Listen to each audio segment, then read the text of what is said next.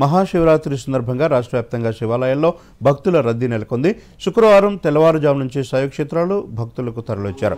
ఆలయాల్లో పరమశివుడిని కొలుస్తూ రుద్రాభిషేకాలు చేస్తున్నారు. భక్తులు ఆలయాల్లో దీపాలు వెలిగించి గరళ కంఠుని ప్రత్యేక పూజలు చేస్తున్నారు. వేములవాడ, కీస్తర, వేయి స్తంభాల గుడి, నల్గొండ చాయి సోమేశ్వర ఆలయంతో పాటు రాష్ట్ర వ్యాప్తంగా అన్ని శివాలయాలు భక్తులతో కిక్కిరిసిపోయాయి. హైదరాబాద్లోని శైవక్షేత్రాల్లో భక్తులు పెద్ద సంఖ్యలో బారులు తీరారు. స్వామివారిని దర్శించుకుని ప్రత్యేకంగా పూజలు చేశారు.